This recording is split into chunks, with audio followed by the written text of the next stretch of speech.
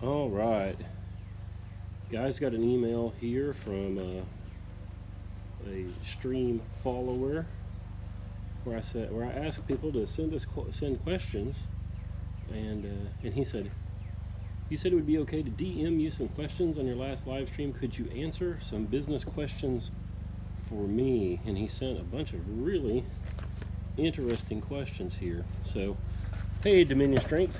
So, thought I would answer those here in a moment. We'll get a few people in here and and answer these 7 questions. Pretty interesting. I know this gentleman. He's a machinist, young man. He's a machinist. He's really working hard to learn his trade and get a business off the ground. And he's got some good questions here. Caveat. I've owned and started and bought and sold small businesses and done well, but things are different. Things are changing a lot, and they're different already. And from when I was doing it as more in earnest, and also I kind of got in early. I got in early as I got into business for myself when I was in my early 20s, really at about the same time that the boomers were hitting their stride. So I was in my early 20s and they were in their early 40s, and I kind of got to ride that boomer wave, and things are harder now.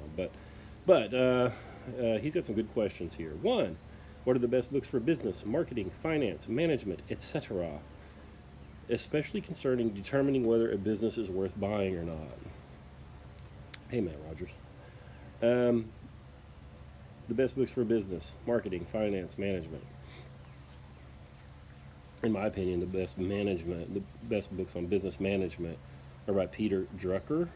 The Effective Executive, The Practice of Management.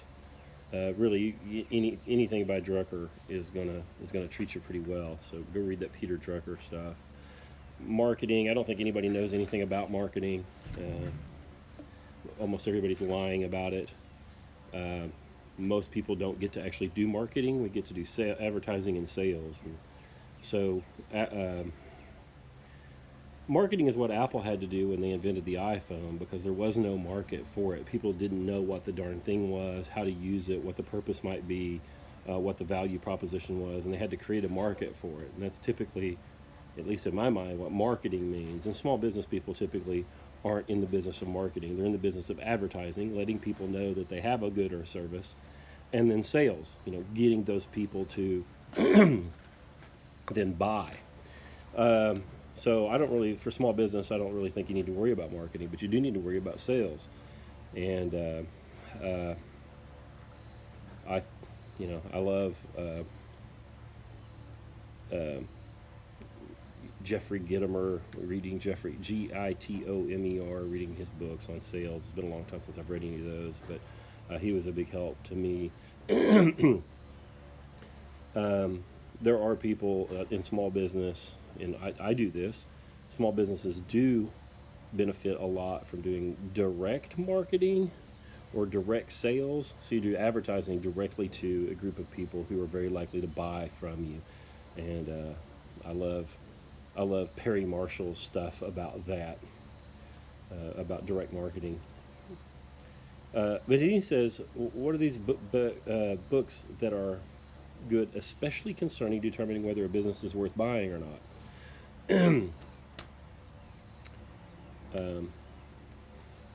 I think you need to read the Benjamin Graham book.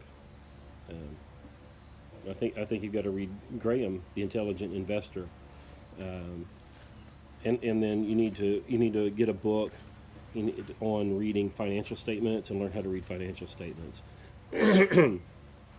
Hopefully, you can find a mentor or a friend that has bought and sold businesses and that can help you look at those businesses, look at those financials, look at those contracts inside that business, and help you determine if they're a good value or not. But most folks don't know how to do that. I love doing that. That's some of the most fun stuff that I've ever done is evaluating businesses for potential purchase and putting prices on those. I really enjoy that. But the Benjamin Graham book can teach you about that. Reading the Berkshire Hathaway shareholder letters can help teach you about that. But ultimately, buying a small business, I think, is a very personal decision, and the analysis you do has to be an analysis that helps you determine if it meets your needs, and that means that you'll need to know exactly what those needs are. You'll need to know a lot about what your goals are when you're buying a business. There are some businesses you buy that really aren't businesses, they are jobs. You buy yourself a good job, and there's nothing wrong with that. And then there are other businesses that return on capital and have lots of good, healthy processes in them, and just generate cash, and that's a different kind of thing. You'll just have to figure out what you want to do and what's available in your marketplace and in your industry, and then figure out what those things are selling for. Most industries, well, I mean, virtually all of them have trade associations, and then inside those trade associations, there are almost certainly going to be a couple of individuals or organizations that broker deals. And talking to those people about, in general, what are the prices, what are the valuations look like, what are the multiples of earnings these businesses are selling for, what kind of deals have gone on in the last 6 months. That can be very, very helpful. So look at that. Any questions about that stuff, guys? 2. Our man writes, I have already downloaded all learning materials, management strategies, asked about profit margins on different produce to goods, and floor plans from the company I work at. What else should I be observing or looking at while they're paying to train me? Well, I don't want you stealing any intellectual property. I don't want you committing any sort of corporate espionage. But you do want to learn, right? There's nothing against, there are no laws or rules against you learning about the industry. And I happen to know that this guy is a machinist, and he's interested in getting his own machine shop running. So knowing that, and this actually goes, I think, for most businesses, you need to really pay close attention to what their sales process is like. Learn how to sell in your industry. Learn how they do it. Learn what their sales funnel looks like. Learn how they kick that sales funnel off. What do they do to get leads in the door? What do they do to close those leads? What kind of materials do they have? What kind of contracts do they use? Again, don't steal anything, but you need to have an idea about what those sales funnels look like and what those processes look like, and what somebody who's successful is doing. So, don't be a crook, but definitely learn all you can about their sales processes in addition to these things you've already mentioned. Most people that are in small business are good at what they do, Excuse me. If you run into a guy who's a heating and air contractor, runs his own HVAC business, he's probably a pretty good HVAC man. The thing he may not be good at is selling. He may have a hard time asking for the price. He may have a hard time evaluating the client's needs and providing them with proper options that move them towards a sale, So, learn how to sell. Adam Darby says, what is the topic today? I'm answering some questions about small business that a guy DM'd me when we were just talking about, earlier we talked about books, and now we're talking about what should he be learning from his current employer. Of course, learn everything you can about the trade, learn everything you can about that industry, but excuse me, learning as much as you can about their sales process is really important. And part of the sales process at most small businesses is the pricing strategy. Our pricing strategies at all my businesses have always been based on, well, three things. Not three things. We always had three price schedules. One we called our competitive price schedule. If we knew we were bidding in a competitive situation, we would offer one set of prices. We had another price schedule that was non-competitive. If we knew that we were a vendor of choice and weren't having to bid against somebody, we asked for a higher price. And then we had a third set of pricing, which was, we called it our PETA price, or pain in the ass price. If we knew that the client was going to be a pain in the ass, we priced it so high that if we got it, number one, it would probably run them off. But two, if we got it, we wouldn't be unhappy about it. So we had three pricing strategies. And then those prices were sort of fixed relative to each other, but the prices moved up and down depending on how much capacity we had, what our backlog was, and so on. So you need to figure out what that strategy is like in your organization, or figure out what it would be like in an organization that you're going to build.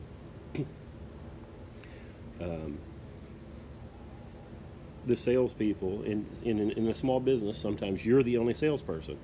But in a small business situation,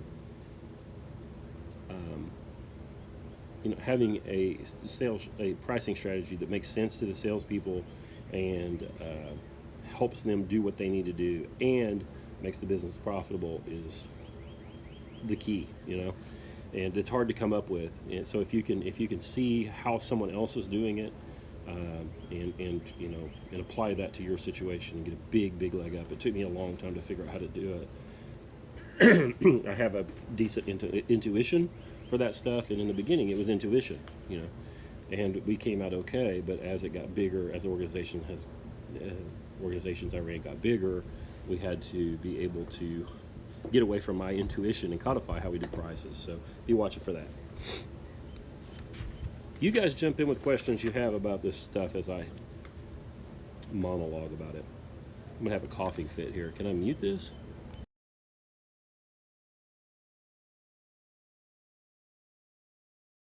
Summer cold turned into bronchitis. It's killing me. His third item here, he says, this is about a good-sized paragraph here. It's good. It's thoughtful. He says, my plan is to buy a property to move my shop to and save the rent. Now remember, he has a little machine shop. He says, I'll keep my existing customer for a value stream with my machine shop. I'll also expand to gunsmithing to keep an alternative income stream that has many customers that can pay me in cash or bartering, even though they won't be providing the big money. The CNC machines will be reserved for the business-to-business transactions for my largest client, while I can do the gunsmithing on the manual machines. If I want to expand, it seems better to buy an existing machine shop that already has a client in a different industry and inserting it as a separate income stream that would be trying to expand it one machine at a time without having an additional client or any of the fixtures. Am I overlooking something? Goodness gracious. No, sounds like a plan. Sounds like a plan. Oh, Lady Fern Sewing says, I feel pretty hamstrung on what to charge folks by the returns. I can offer a reasonable rate, but that's finance. Yeah, you're stuck. People in finance, I don't know. Well, maybe you're not stuck, right? In the personal finance. Yeah, let me restate that. She says, I feel pretty hamstrung on what to charge folks by the returns I can reasonably generate, but that's finance. Yeah, so in the finance world, if you have a personal financial advisor, they often will charge you a percentage of the managed portfolio, right? 1% a year, 0.8% a year, something like that. And that's okay. That's okay, but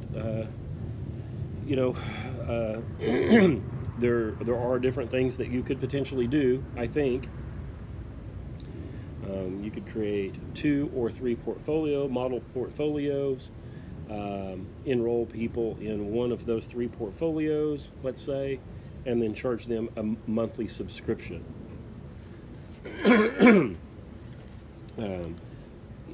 So you could that would allow you to manage monies for smaller accounts and do it in a profitable way.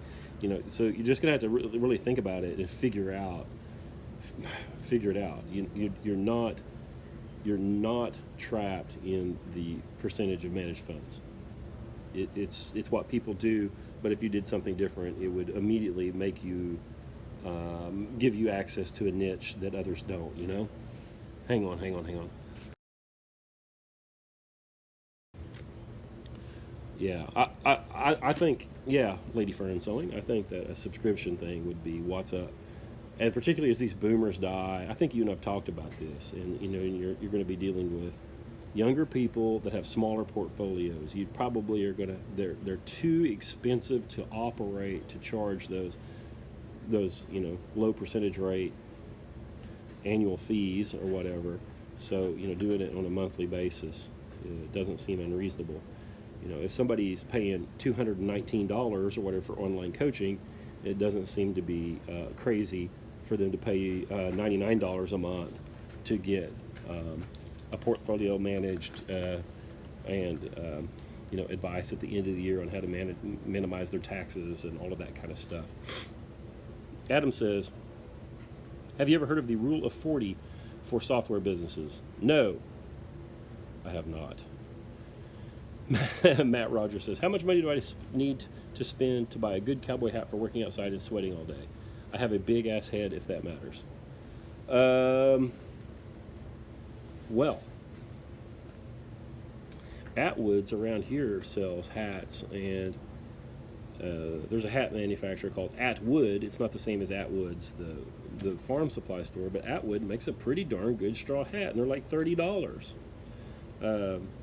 They're pretty darn good. Nothing wrong with that. I paid about $125 for this hat. It's a Rodeo King. It's a 25X hat. It's a lot of venting. It's a great hat. It's worth it. It's worth it. Lady Fern Sewing. My fellow millennials don't have the savings on average to be putting up hefty investment funds. Yeah, I know. You know, you're probably going to end up offering them a package of services, which include portfolio management, personal finance counseling, credit counseling, and life goal counseling. You know, sit them down. What's your credit score? Oh, when do you want to buy a house? You're getting married. What are the things you need to be doing so that you get a decent mortgage rate? Plus, you're contributing to your, you know, retirement funds, etc. You know, and charging that on a monthly basis. Taylor Turner says, do you view business debt the same as personal debt? Not necessarily, but maybe. Not necessarily, but maybe. When you get started out, you're almost certainly going to have to have a note to buy a small business, probably, but there are all kinds of ways to do that. Small business administration loans are mostly awful and not worth fucking with, but you can often get a tote the note deal on small businesses, and those are very good. That gives you skin in the game. It gives the seller skin in the game, and yeah, it's not a bad deal. But in general, I do not care for debt. You know, you're almost going to have to get a mortgage to get a house. You're almost going to have to get a note to buy a business. If you need to buy a forklift, you need to pay cash for it. Sorry.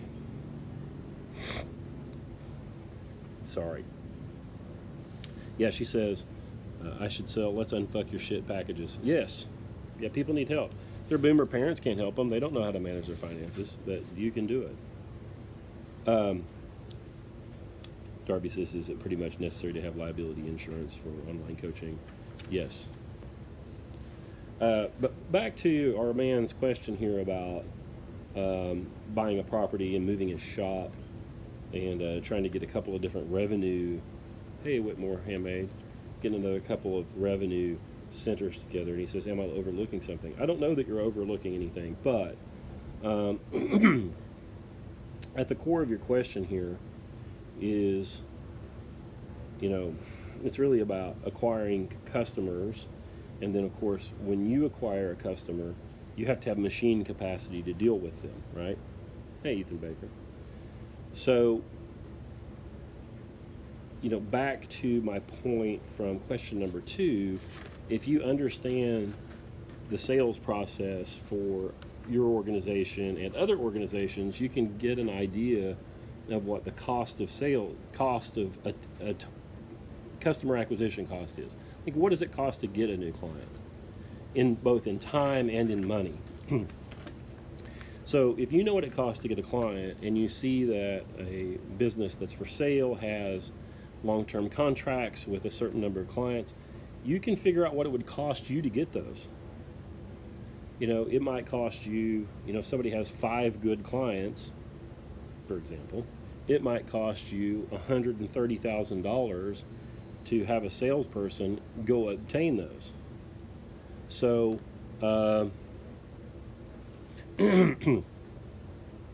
so when you're looking at, should you buy an existing machine shop? Maybe. So often you can buy, small businesses for, frankly, the cost of the equipment. So keep your eye out. If you can pick one up for the cost of the equipment plus something on top, they call it blue sky or customer goodwill, or something on top that's reasonable for the book of business, and it doesn't cause you to put on a bunch of debt, maybe you should do it. You've got to look at them on a case-by-case basis. They're not like Ford F-250s where they're all pretty much the same price. You'll have to look, at each of these deals. Andrew says, maybe not overlooking, but something to keep in mind is managing a supplier is a different problem than managing your own shop. Yeah, you can't actually manage suppliers. Yeah.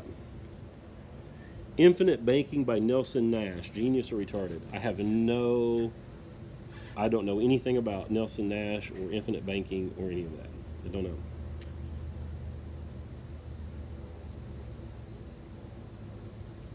To this question about buying another business versus, expanding organically and buying a property and all that, every time you have an opportunity to evaluate a business for purchase, you should do it. Because you might find that it's a bargain.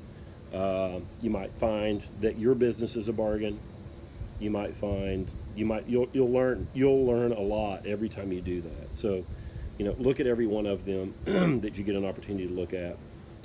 Seek out opportunities to evaluate businesses for purchase, even if you're not in a position to do it. We don't want to mislead anybody about our intentions to purchase, but even if you're not sure that you can, I think you should continually be looking for opportunities to buy. 4, keep your questions and comments coming. I'm enjoying this. 4, as far as finances go, I'll work at Converge Core on the weekends for 3/12s, while working at my own shop the other 4 days. Savage. I'll take advantage of the steady income and benefits as I establish myself, as well as having all of their industry experts there to solve my problems and give me advice. Clever. I'm also planning on coming in on my days off to have them train me on the equipment I haven't used yet, like the 5-axis machines and such. I think I have a good chance to, as long as I stay out of debt, then nothing should be able to take me out of the game. What hazards should I be looking out for?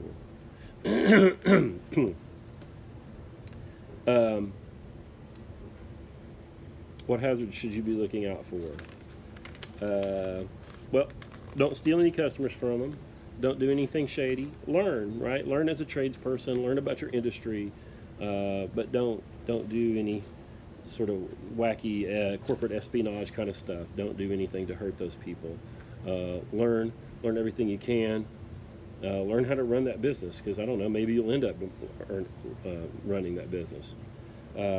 So don't get in trouble in that way. Make sure that you don't get into a non-compete situation that doesn't allow you to ply your craft. And what other hazards should you be looking out for? The HR department. The HR department is disgusting. I'm almost to the point nowadays where I just recommend that people just get canceled immediately. Just like walk in and just get canceled immediately. Just declare off the bat that women shouldn't have the vote or something like that, and just get canceled, and then find a way to live, because then you're free.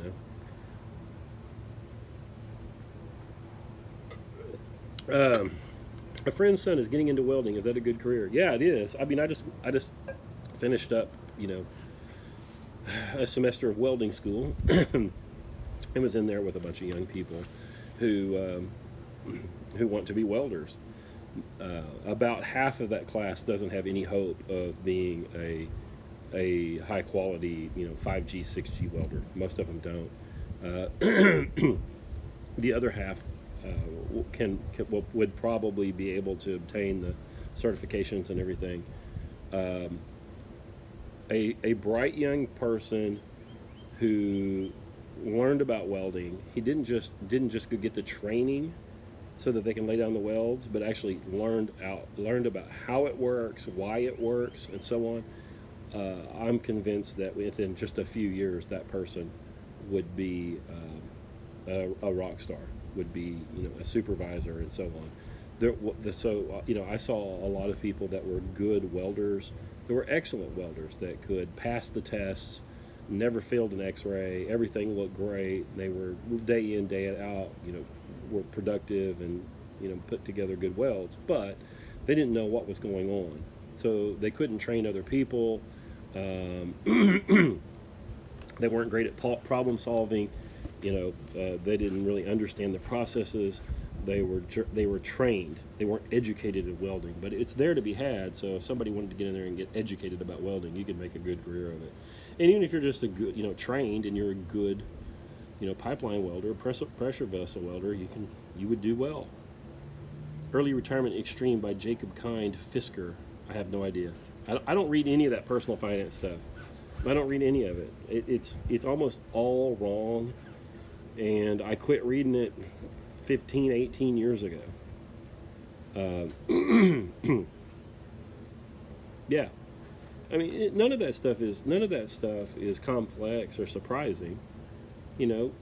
Avoid recurring expenses, be frugal, be cautious with your money, and give yourself a chance. I mean, that's all there is to it. Adam Darby says, are there any businesses that you regret not buying, or the opposite?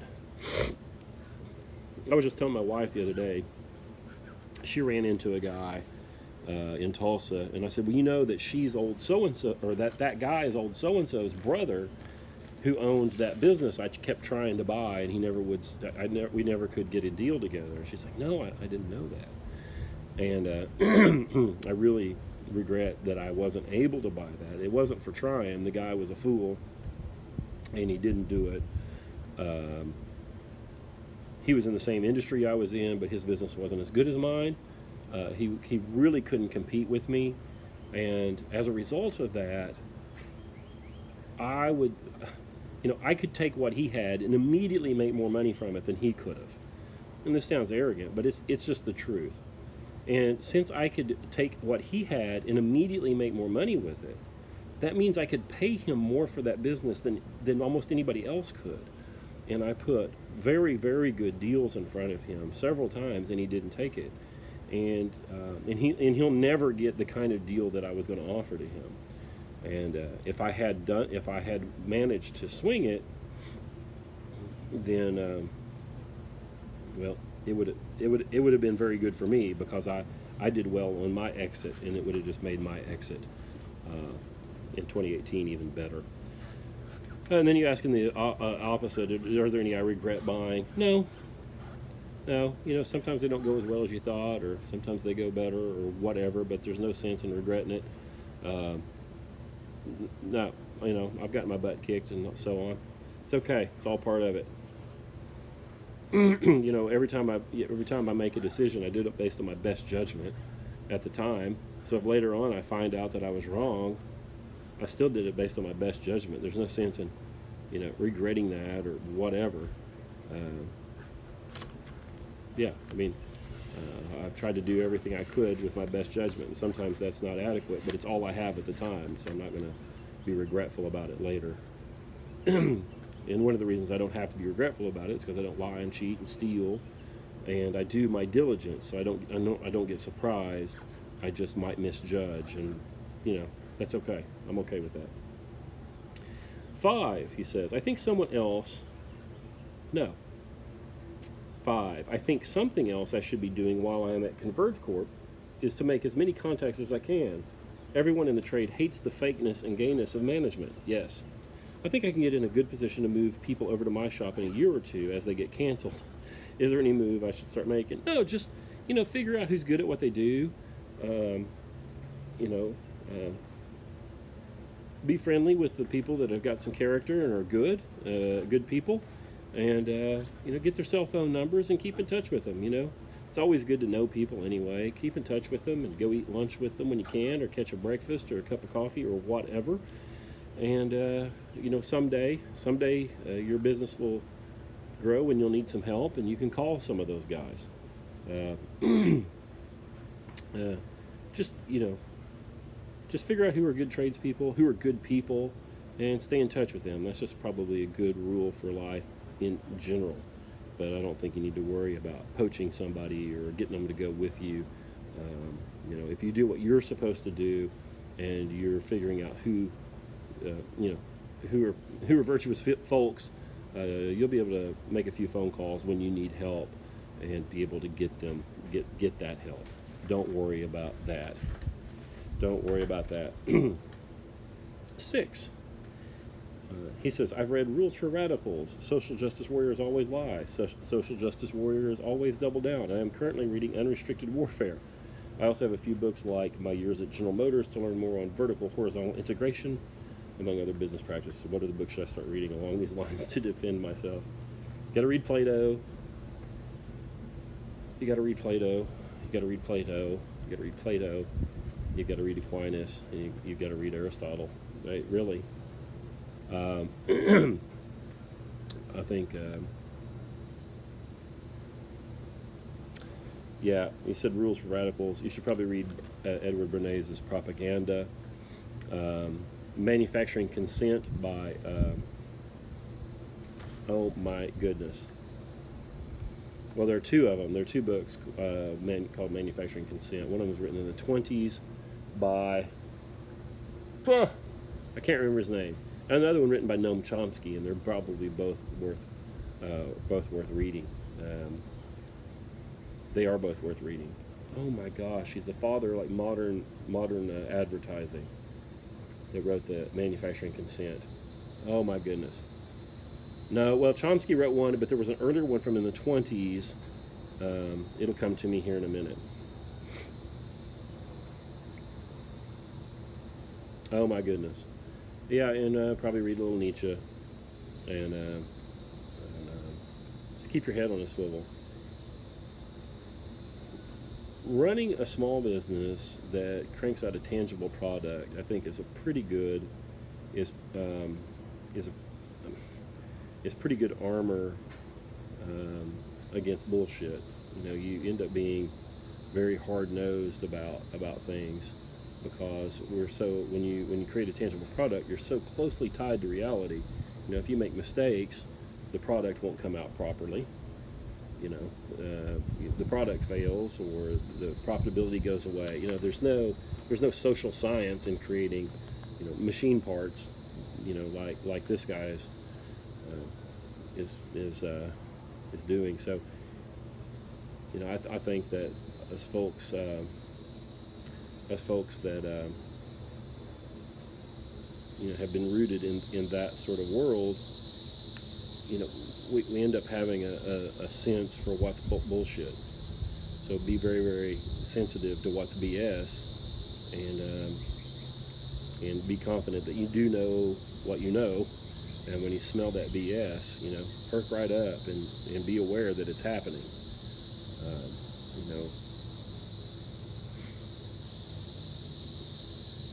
Having run some pretty decent-sized small businesses, I look at somebody like Elon Musk, and I realize, he's not running anything. And not only that, but Tesla isn't a business. It might be an enterprise that's built to extract subsidy monies and DARPA research funds and so on, but it's really not a business. And that's nothing that I'm going to invest in as a result. The stock may become very, very valuable, but not because it's a business, but because Tesla will have been chosen to be a winner at some point by people handing out green subsidies and so on. But you can you can smell that shit a mile away. You'll see small businesses that are put together strictly to pump them and dump them.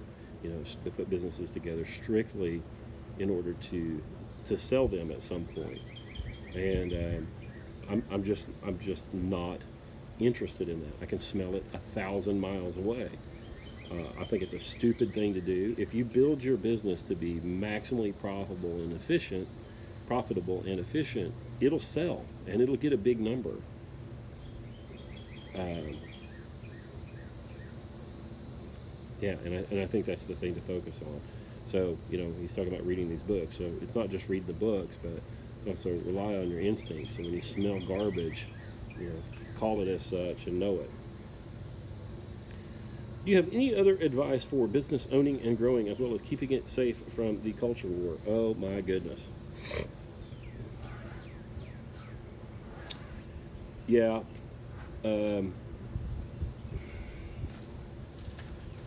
Business owning and growing.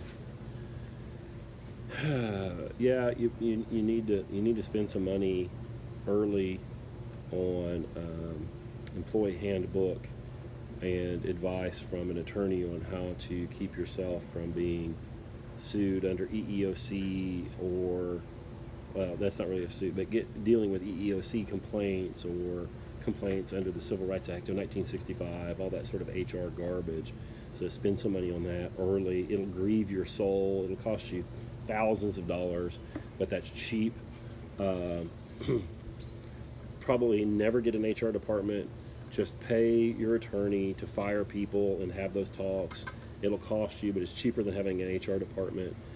Top of that, you're not big enough to have an HR department, even part-time. A part-time HR person won't be any good, and they're just going to subvert your business and fuck you up anyway.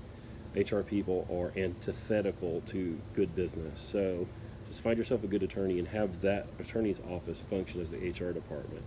The employees won't like it, but fuck them. Growth is interesting because the advertising world is so messed up.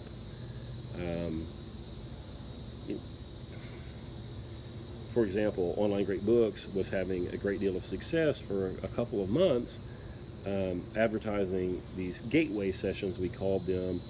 People would get to come and do a free seminar at Online Great Books, and then a large percentage of those people in the free seminars would convert to full members of our program, and it was a profitable way for us to market directly to clients or advertise directly to potential clients. And then it just stopped working. It literally stopped working in the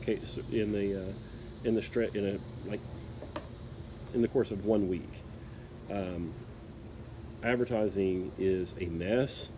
It is not an objective, real thing anymore. Facebook messes with their advertising algorithm all the time.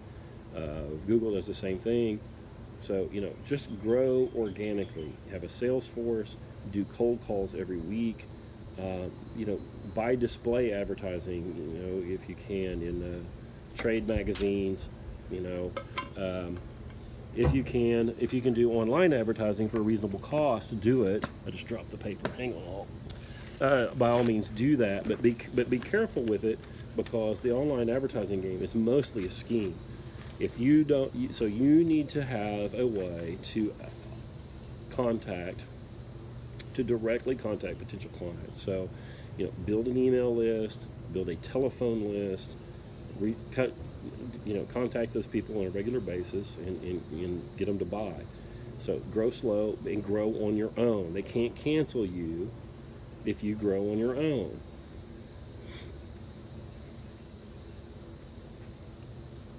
If you go and find every single client you've got, they can't stop you from doing that. Yeah, and be careful about who you do business with. If they start making demands of you, walk off. We had a Fortune 500 client one time call me and said, it's time to renew the contract. I'm like, okay, whatever. Went and met with them. They put in the contract that they were going to that they would be able to audit my books, and I said, no, you can't do that. And they're like, well, that's our policy. And I said, well, my policy is that you can't. And they pressed the issue and they wouldn't compromise on it, and I just walked off from the deal. It was a huge deal. They had been a huge client for a long time, and I walked off from it. And I'm glad I did, because um, I mean, I know what the game is. They audit your books. They tell you what they learn from auditing your books. You know what your operating margins are. They then learn what percentage of your business they are, and then they use that to beat you up on price. And it takes you time and effort to, service their request to audit your. So the answer is no. So if these people, don't want to operate, they want to use your business outside of, how you operate. Show them the door. So do what you think's right. Create a great product or service. Execute on that. And if somebody wants you to do anything different at all, be very, very careful. Consider it at large, and say to yourself, is this request they are making something I would be willing to do for all of my clients? And if the answer to that is no, then leave. Fire them. Even if they're your biggest customer, fire them. I fired my biggest customer twice. It's fine. It's a little bit spooky, but it's fine.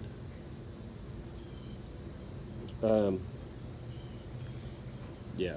And if you have a social justice you read Social Justice Warriors Always Lie, and SJWs Always Double Down. If you get one in your organization, whether it's a client or an employee, fire them immediately. Fire them immediately. I had one at Online Great Books the other day. Fired her immediately. Here's your money back. Best of luck to you in all the future. Fire them immediately. Matt Rogers says, my friends and I are starting a ranching operation inspired by guys like Joel Salatin and Greg Judy. Every USDA processor stays busy. That seems to be a big bottleneck. Do you think it's worth it to open our own?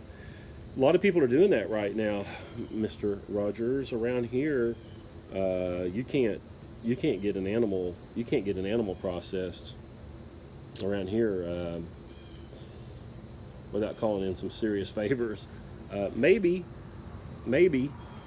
I don't know what it takes to get that USDA certification.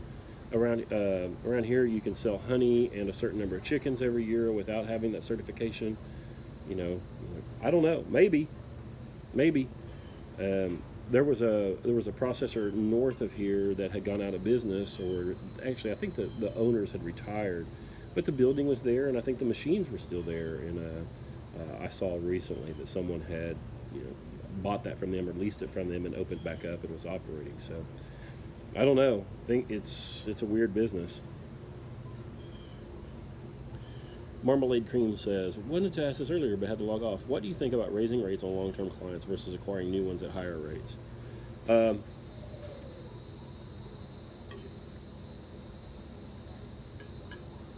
typically don't like to raise prices in general. I mean,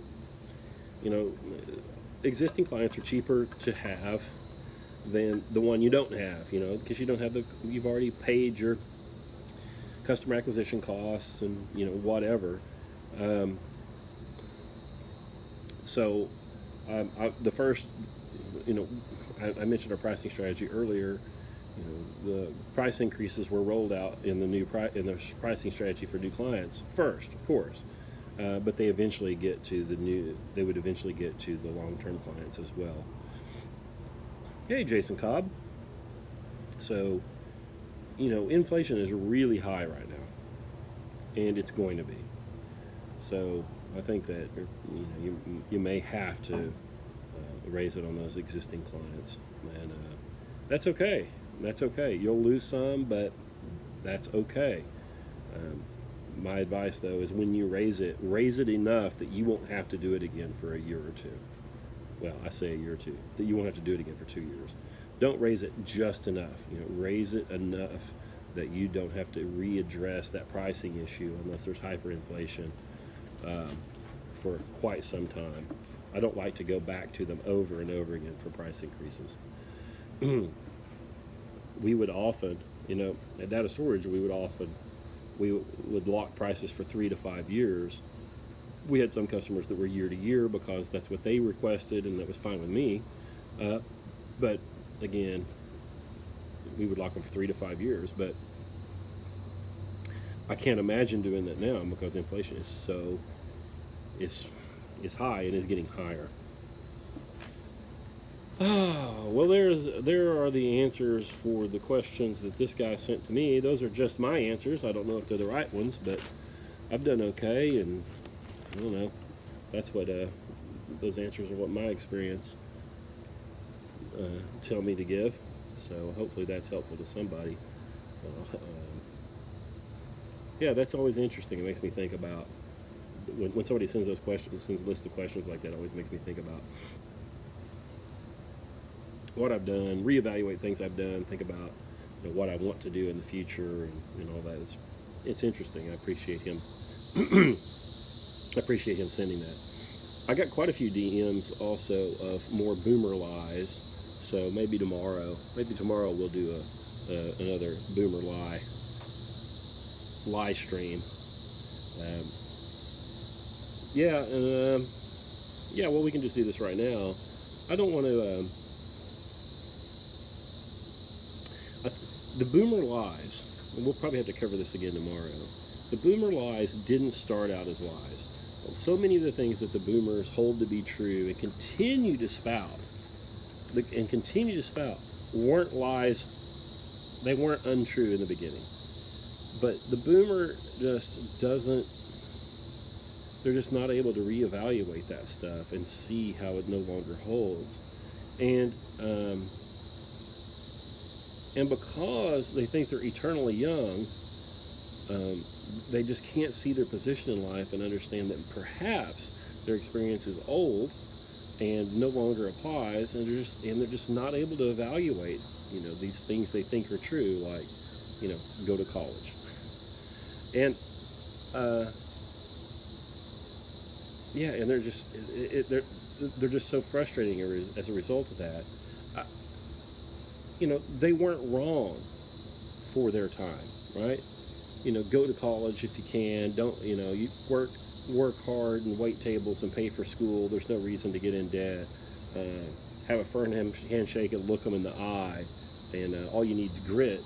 Well, that probably worked from 71 to 97.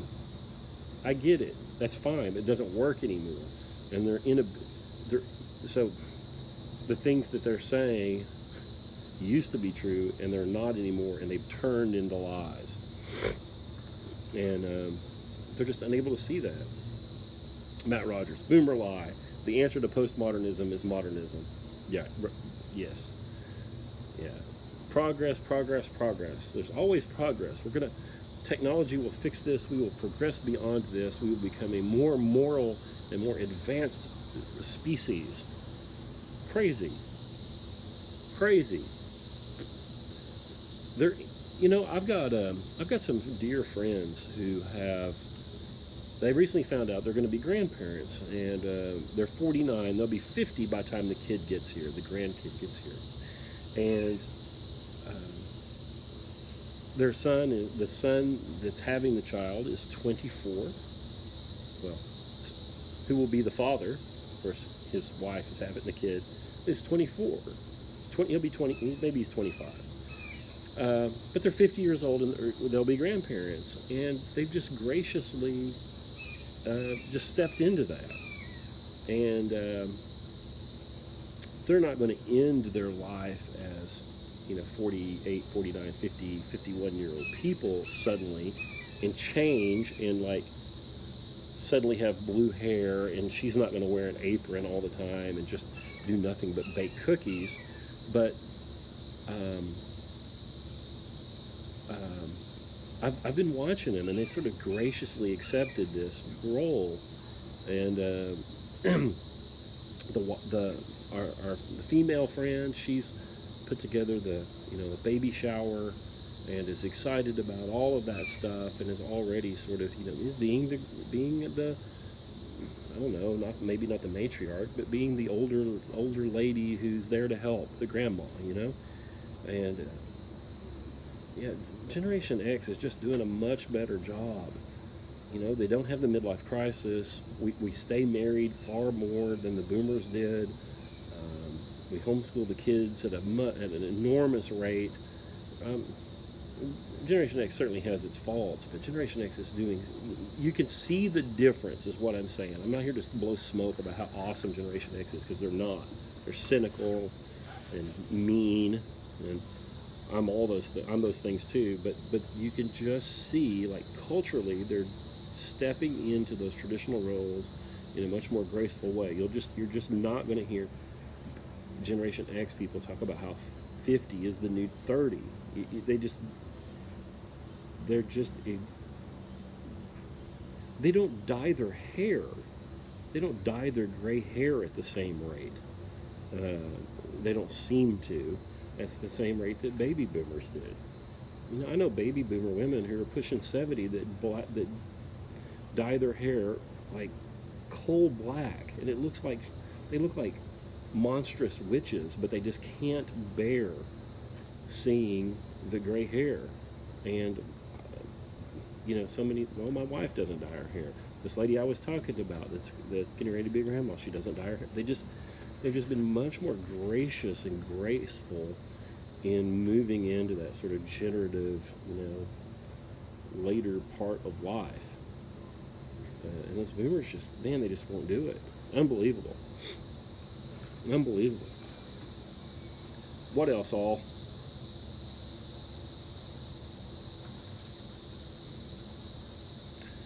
Well, it's 15 minutes till 8 here on Oklahoma time. I enjoyed. Jay is the one that sent these pictures. Yeah, they're not these pictures, these questions. I really enjoyed that. That was great. So send those in if you guys want me to work on them. I enjoy that. I don't know. Hopefully the listeners enjoy that. I'll be putting this out on Scott Stream.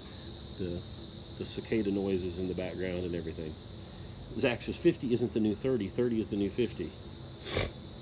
30 is 30. I get the joke. But yeah, 30's the, you know, it is what it is. I'm 46. I trained today. I got a little sciatic nerve pain in my right butt cheek. When I lock out a deadlift real kind of overly aggressively, it zings down my leg. I mean, I know what it is. I've dealt with it before. But it's going to mess me up for a number of weeks. And, you know, I was just talking to my wife. I was like, you know, I just don't know that I'm ever going to be, I don't know that I'm going to get any new PRs. And I know a lot of people are like, oh, of course you can, you know. Yeah, I could, but I'm just not willing to do what it takes for me to get PRs at this point. I'm old enough that, well, first of all, I was strong enough when I was setting PRs that it was no trivial thing. You know, my food had to be on point, my sleep had to be on point, everything had to be right. And, you know, my food, I don't need to weigh 240. It's too heavy.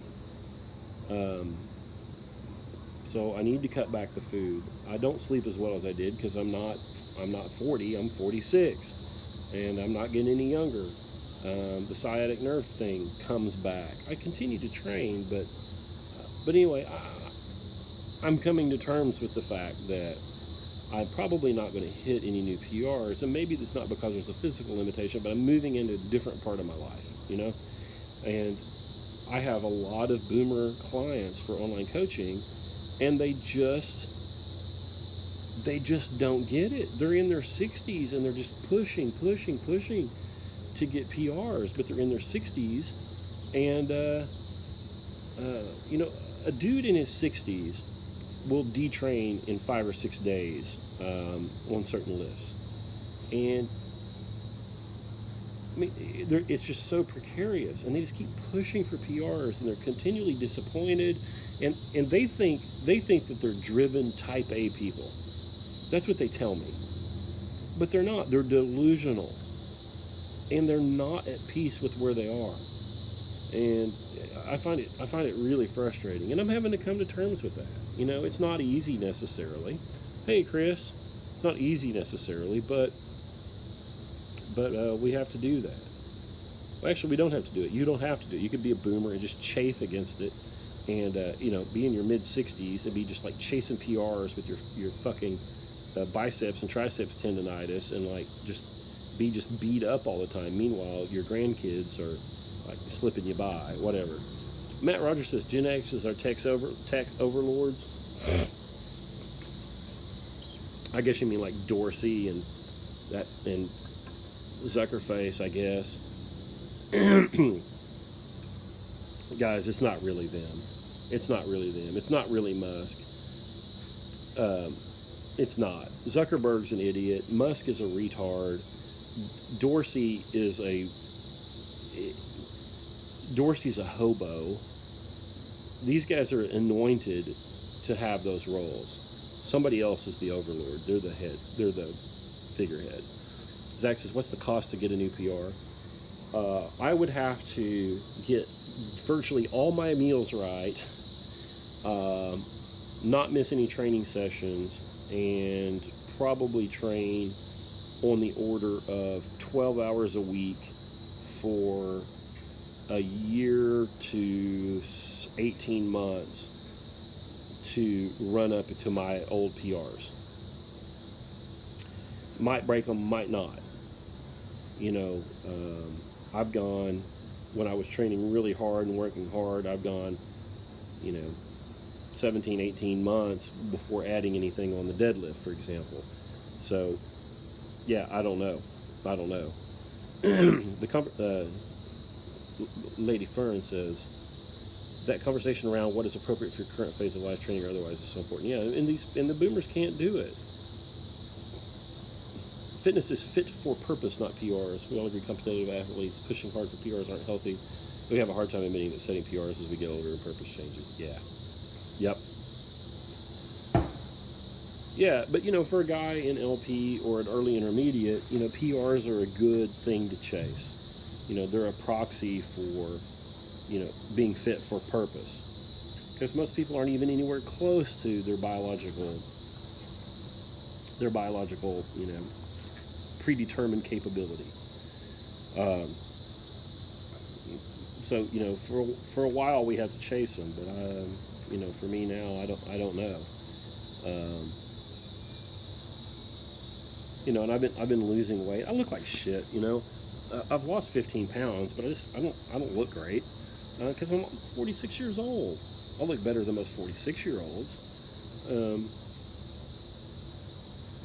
But what am I going to do? I mean, be upset about it. Be a boomer. Get lipo on my neck. Like what? What am I supposed to do? I've got kyphotic, so I've got chins, whatever. So I just need to be strong and do what I'm supposed to do, which at this stage in my life is what I'm supposed to do is help my daughters move into adulthood and help them create, these lifelong relationships that they're supposed to be moving towards, meaning marriage. That's what I'm supposed to be doing. And, and if I squatted, 290 for a couple of triples today, and it was heavy, that's not even close to where I've been, and that's fine, because I'm doing the other things I'm supposed to do. Pilgrimaging says, what advice do you have for a millennial with 4 kids under 10? I'm giving my best years with these kids to a job. The family farm is nearly impossible due to taxes and property prices. Well, that is an interesting statement. I'm giving my best years with these kids to a job.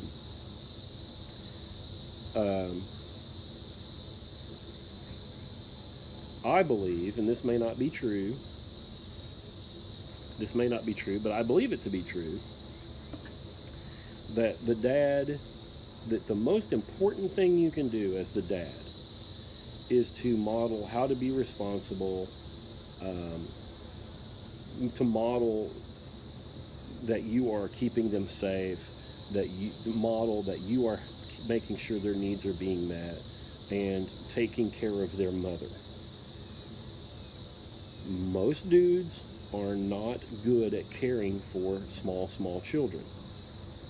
Women have more patience for it. Children are drawn to them. Charity, Charity, my wife, could take an infant, a hysterical, crying, sweaty, screaming baby, and calm that baby down in moments. And I just, sometimes I could never get our kids to calm down and soothe them and rock them and pat them and sing to them and get them to calm down. But Charity can do that, and and I think that story just illustrates, like, most guys really aren't that. The important role for men is typically not that sort of hands-on stuff for the under 10. Okay, the older the kids get, the more important you will become. I remember talking to my Uncle Everett one day. He was in my office, and I said, if I keep this up, I think I'm going to be able to retire when I'm in my early 40s. And he said, well, and never have to work again. And he said, well, that would be great.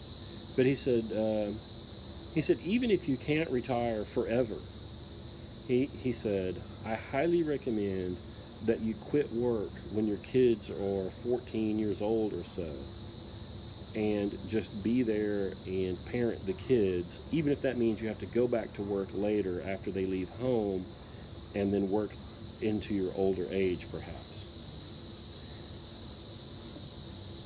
I think he was right. I'm not going to have to go back to work in the same way I did, but I'm very, very thankful that I did what I did the way we did it. So, my job is more important every day, and Charity's is, frankly, I'm sorry ladies, less important. The mom is more important when the baby's brand new. The dad is more important, I think, when the child is 18. Now, I just talked about how these friends of mine are getting ready to be grandparents. I think that the mom, who is going to be a grandmother, is becoming more important yet again. More important yet again. So don't sweat it. Your job is to go to the job. Your job is to earn. All right? So you keep it up there, pilgrimaging. You keep it up, man. The family farm is nearly impossible due to taxes and property prices. I get it. Save those shekels. Do not send those kids to school. You bust your ass, and you make sure that they don't have to go to school, and you don't send them to daycare where some Guatemalans putting cigarettes out on them and shit. Yeah. Kirk says, I never saw my parents fight. I never had to wonder if we would eat. During the years that my folks were struggling to keep us afloat, you had no idea. Right. Right. That's right. That's your job, dude. That's your job. Mom gets her spot back with the grandkids, Zach says. I think that's true. Somewhat of a spook says, that's one of the reasons I decided to go all in on machine shops. I want a family business where the kids can come of age and I can teach them the practical skills and spend all my work days with them. Absolutely. Absolutely. So yeah, if you can get a small business going where the kids are up there. I had a bassinet, and then later one of those little wind-up swings, baby swings, and a playpen in my office for about 5 years, 6 years. My kids were up there all the time. My sister worked for me, and the kids were up there all the time. There were tricycles out in the warehouse, and yeah, it was great. It was great.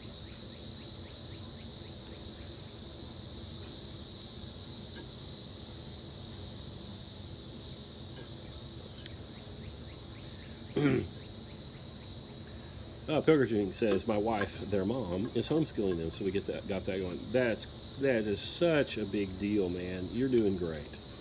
You're doing great. If you don't own the house, if you're busting your butt, if you don't see the kids every day, that's tough. But if that's what it takes so that she can be home and that the kids don't go to the government school, you are killing it. Now, if you were a boomer, you would put them in daycare. They would come home. They would ride, when they got older, they would ride the school bus home, and they would let themselves in with their own key, and they would watch the after-school special, which was full of nothing but fake and gay shit. Nancy Reagan would yell at them about how they were all going to get AIDS, or that they were going to be drug addicts, and meanwhile, you and your wife would both work, but you might get to have a boat. You know, the boomers, I have had boomers that get on to me about, like, well, you keep griping about it. Like, what are you going to do? What are you doing about it? You just gripe. No, we don't just gripe. We're doing. Like, pilgrimaging here is a millennial by his own admission, and he's fixing it. His kids are being parented, and they're being homeschooled, and he's doing what is necessary. And they're foregoing material comfort for the kids. They're transmitting culture. They're taking care of the kids. And the boomers just can't comprehend how that's how we fix these things. They don't understand where it went wrong and then how it gets fixed. But you're doing it. You're fixing it. Somewhat of a spook, you're fixing it.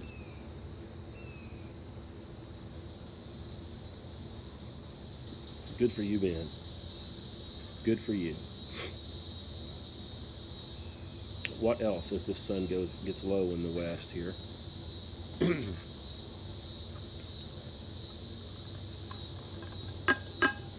Drink some more water.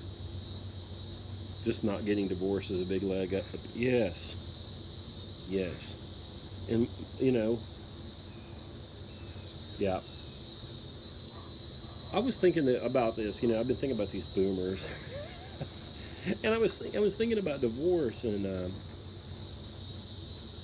of all of the people that I have had meals with, I mean, I've met a lot of people in my life, right? Everybody has, but we don't eat dinner with them all, right? That's a different level of acquaintanceship if you've had dinner with somebody. And of all the people I've had dinner with, there really aren't that many of them that have gotten divorced. And maybe it's just the circles I run in, but I'm going to say that the divorce rate in my acquaintance is something like 10 or 15%. And like I said, maybe that's just the circles I run in, but my generation doesn't seem to be getting divorced. We can go look it up. They're not getting divorced like the boomers did. Of course, the millennials just aren't getting married in general. But I think the Zoomers will. The Zoomers are, Generation Z is much more conservative than the millennials or the boomers. Sex says, between military deployments, truck driving, and working nights at a hospital, I miss most of my kids' early childhood, but they're teens now. We've always homeschooled, and it seems to be working out. You bet. Dad's job is to model what it's like to be a dude. Early on, it's your job to model what it's like to be a dude and to make sure everybody's safe and provided for. The kids don't always listen, but they watch.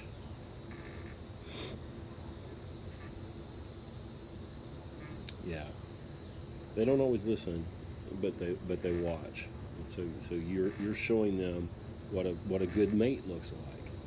They're going to have an idea of that's maybe even subconscious of what a good mate looks like. That's going to influence their dating strategy. I promise you. Yeah. This is why the millennials are so fucksored. Is they've got the boomer parents more than they've got the boomer parents and some ex-parents. But the ones with the boomer parents are just like, there's early boomers and late boomers, and the late boomers are just degenerate. Current culture fails to make this distinction in roles. Yeah, they don't know. Current culture doesn't say anything healthy about masculinity and what it is to be a dude. Right? It's either, it's toxic, or you actually see the toxic stuff, like the pickup artist, world, or the sort of, we know about, like, female impersonators, like trannies. We know about males who dress up like women, like drag queens. There's also, like, these male impersonators, these men who impersonate males.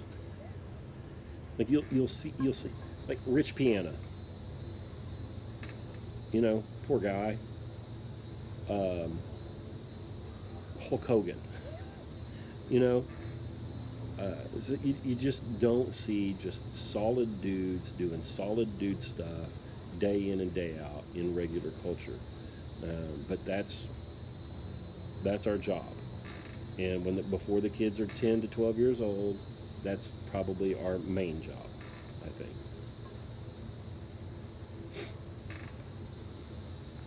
Yeah. All right. Well, this has come to a halt. Um, if you want to send me some boomer lies, DM those to me, or you can email Scott at scotthambrick.com, and we'll do another show on boomer lies, and say a little bit more about the boomers. I don't want to be like as down on them as I am, and I am down on them. They can't help it. They're a product of their times, and their times were good for a long time, and they're still good for it. It's still good for them in many cases, and they just can't see the problems. And that's not okay. They should be able to open their eyes, see reality on reality's terms, and come to terms with that, and then be able to draw conclusions. But they're so often not able to do it. But we'll talk about them some more on the next one. I hope y'all enjoyed it. I did. So send me those questions. That's great fun, and I'll be dropping this one here on Scott Stream and on scotthambrick.com. Thank y'all.